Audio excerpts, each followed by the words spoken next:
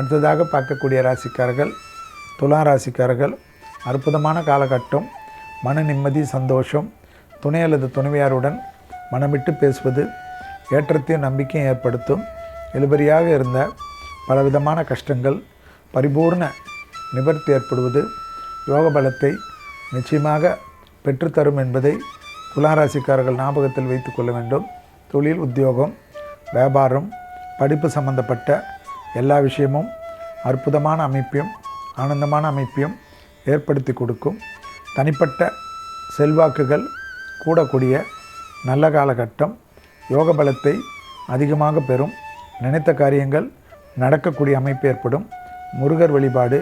வயிறு சம்பந்தப்பட்ட திடீரென்று அசிடிட்டியால் தொந்தரவுகள் வரும்.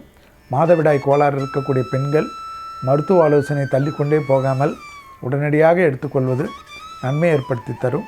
தெய்வ வழிபாடுகளுக்கும் முக்கியத்துவம் கிடைக்கக்கூடிய அற்புதமான காலகட்டம். பணவரவு நிச்சயம் ஏற்படும். தனிப்பட்ட செல்வாக்குகள் எடுக்கக்கூடிய நல்ல காரியகட்டத்தை அற்புதமும் ஆனந்தமும் ஏற்படுத்தக்கூடிய நம்பிக்கை, சந்தோஷத்தை பெறக்கூடிய அற்புதமான 15 நாட்கள் என்பதை ஞாபகத்தில் வைத்து கொள்ளுங்கள்.